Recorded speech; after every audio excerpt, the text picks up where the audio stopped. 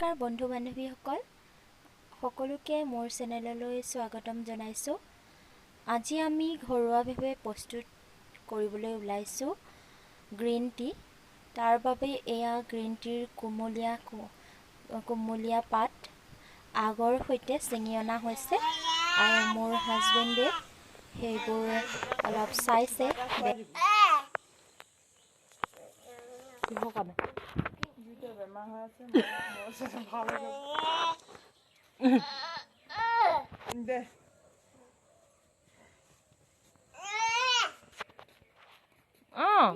বাদ দি দিয়া।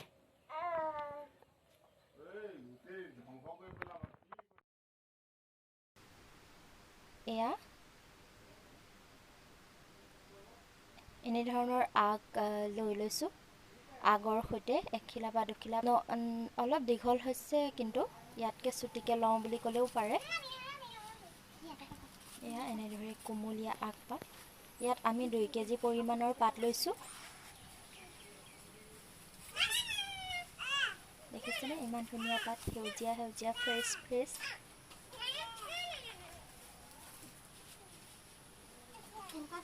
পাত দৰকাৰ হ'ব।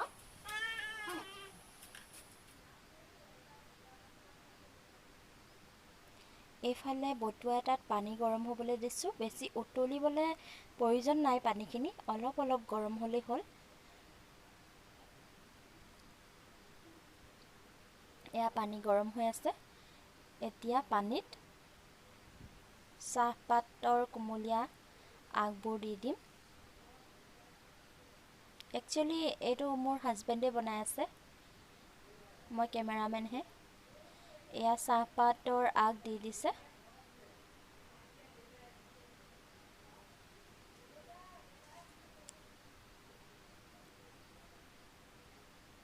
গোটেইখিনি একেলগে দি দিছে।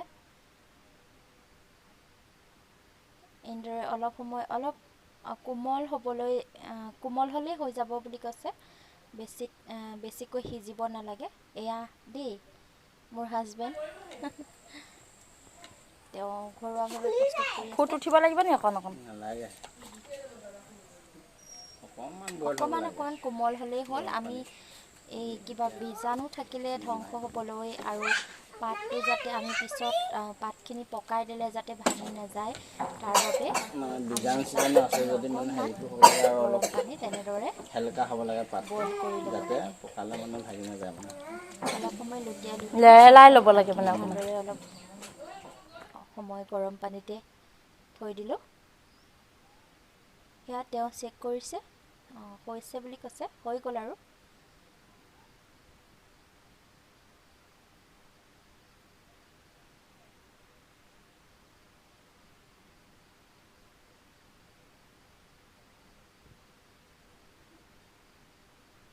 এতিয়া আমি এইবোৰ কাঢ়ি পেলাম। এয়া বটুৱাৰ পৰা চালনী এখনত কাঢ়ি পেলোৱা হ'ল পানীখিনি গুচি যাবলৈ।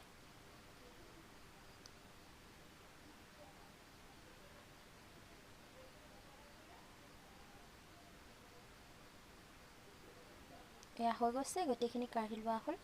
অকণমান সময় পানী যাবলৈ কাৰণে এনেকৈ থৈ দিলোঁ।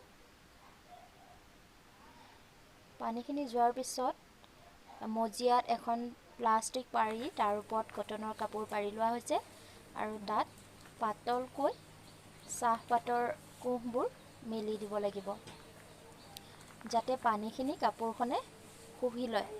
চাহপাতত লাগি থকা পানীখিনি যাতে শুহি লয়।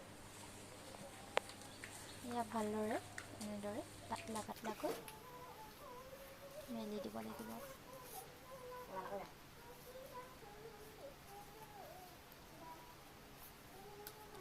এয়া দেখিছেনে, মই আপোনালোকক বস্তুটো মোহাৰি দেখুৱাইছোঁ, ভাঙি যোৱা নাই, পাক খাই গৈছে। এই পাক খাই যোৱাকৈ সিজাব লাগে, পাৰফেক্ট হৈছে সিজোৱাটো। এয়া খুৰাকৰ লগত সহায় কৰি আছে আমাৰ ভতিজী পিয়াক্ষী বৰা। অকণমান পাতলা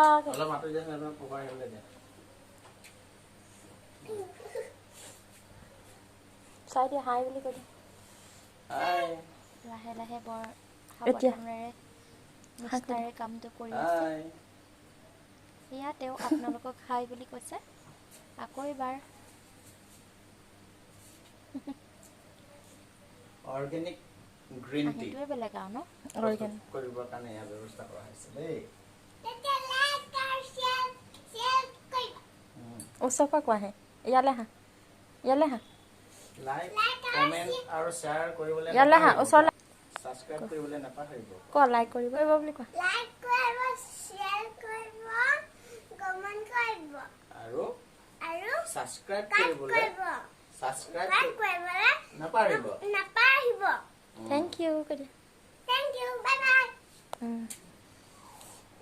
এইটো কিন্তু ৰ'দত শুকালে নহ'ব দেই, এইটো ফেনত শুকাব লাগিব।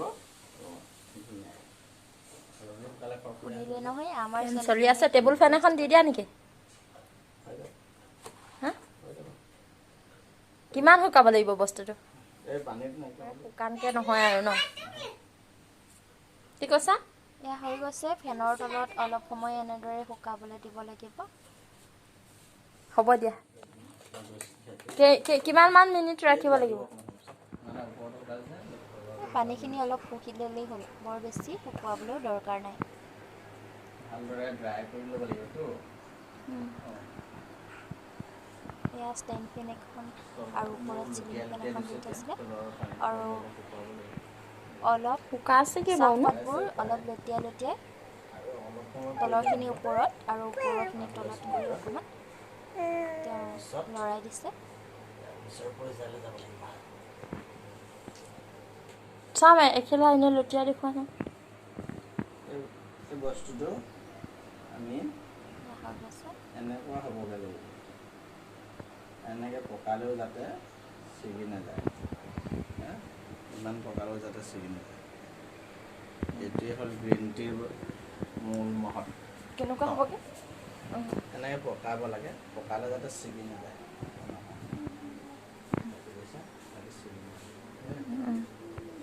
এনেদৰে পাক খাব লাগিব বস্তুটো। পাক ওচৰৰ পৰা দেখুৱা পাক খাই যে। ছিগি নাযায় হা, যিমান পকালে ছিগি এনেকুৱা হ'ব লাগিব। এতিয়া তুমি সেনেকৈ এখিলা এখিলাকৈ পকাবানে নে হাতৰ তলুৱাত লৈ পকা যাবা? এইটো পকোৱাৰ চিষ্টেম আছে, মই দেখুৱাই আছোঁ অলপ পিছত। প্ৰথমতে ড্ৰাই হৈ লওক অলপ, অঁ অঁ হ'ব তাৰপিছত মই দেখুৱাম। ঠিক আছে। ইয়াত কিমান পৰিমাণৰ আছে চাহপাত? ইয়াত প্ৰায় 2 কেজি। প্ৰায় এইটো কিমান হয়গৈ আমি ভাজিলে গম পাম আৰু 2 কেজি চাহপাতত কিমান ওলাবগৈ ভজাৰ পিছত। ইয়াৰ পিছত দেখা যাব।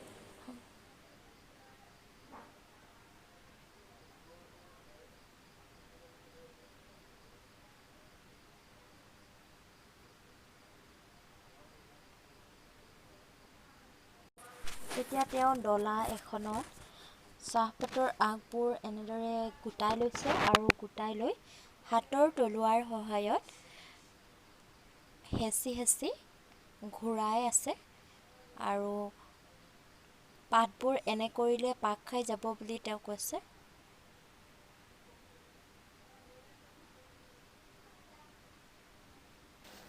এনেদৰে লৰাই লৰাই ভালদৰে তেওঁ ঘূৰাই আছে হাতৰ তলুৱাৰ সহায়ত। আপোনালোকে সম্পূৰ্ণকৈ চাই থাকিব, ভিডিঅ'টো স্কিপ নকৰাকৈ।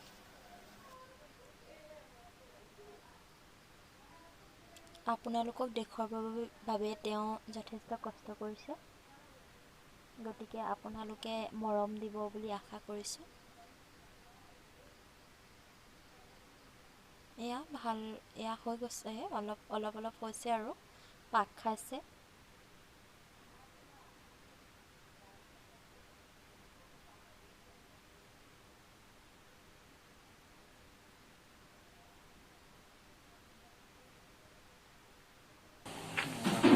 পাক খাইছেনে? ইমান পকাইছে যদিও ঘূৰাইছে যদি, কিন্তু এটা আগো ভাঙি যোৱা নাই, কাৰণ অকণমান গৰম পানী শুকাব হয়।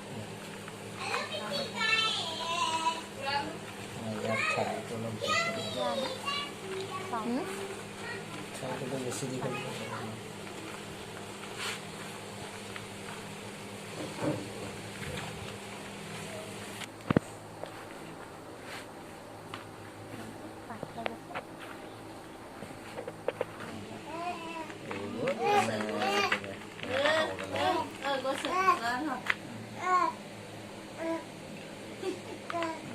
পাক খাই খাই যাব লাগিব ন পাক খাই খাই গৈছে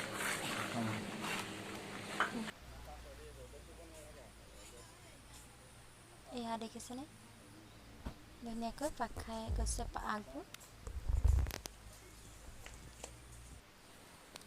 আটাৰবোৰ কৰা পাছত ডলা এখনত এনেদৰে মেলিলোঁ এতিয়া আমি এইখিনি ভাজিম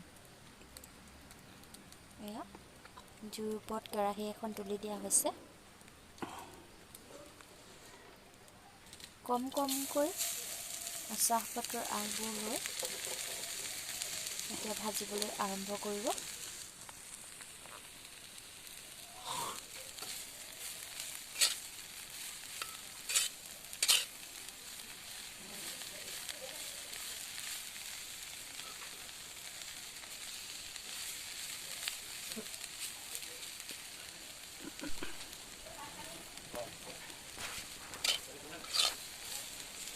ভালদৰে লৰাই ভাজি থাকিব লাগিব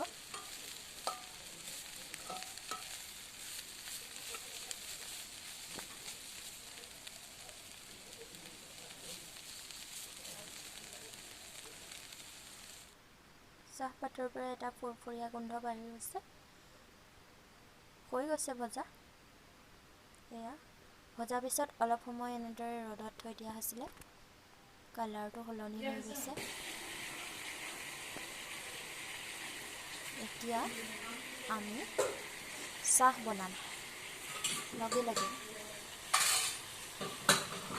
গৰম পানী উতলি আছে তাতে দি দিয়া হ'ল গ্ৰীণ টি বুলিয়ে কৈছোঁ আৰু হৈ গ'ল যেতিয়া গ্ৰীণ টিৰ চাহপাত আমি এইটো ঘৰুৱাভাৱে প্ৰস্তুত কৰাৰ বাবে অকণমান সময় আৰু 1 মিনিটমান উতলাইছোঁ কিন্তু অন্য গ্ৰীণ টি বনাই খালে নুতলাওঁ এয়া হৈ গৈছে কেনেকুৱা লাগিছে green tea green tea homemade green tea চাওঁ ভাল লাগিছে টেষ্ট কৰি দেই খাবলৈ কেনেকুৱা হৈছে সোৱাদটো গ্ৰীণ টি খাওক আৰু স্বাস্থ্য ভালে ৰাখক ধন্যবাদ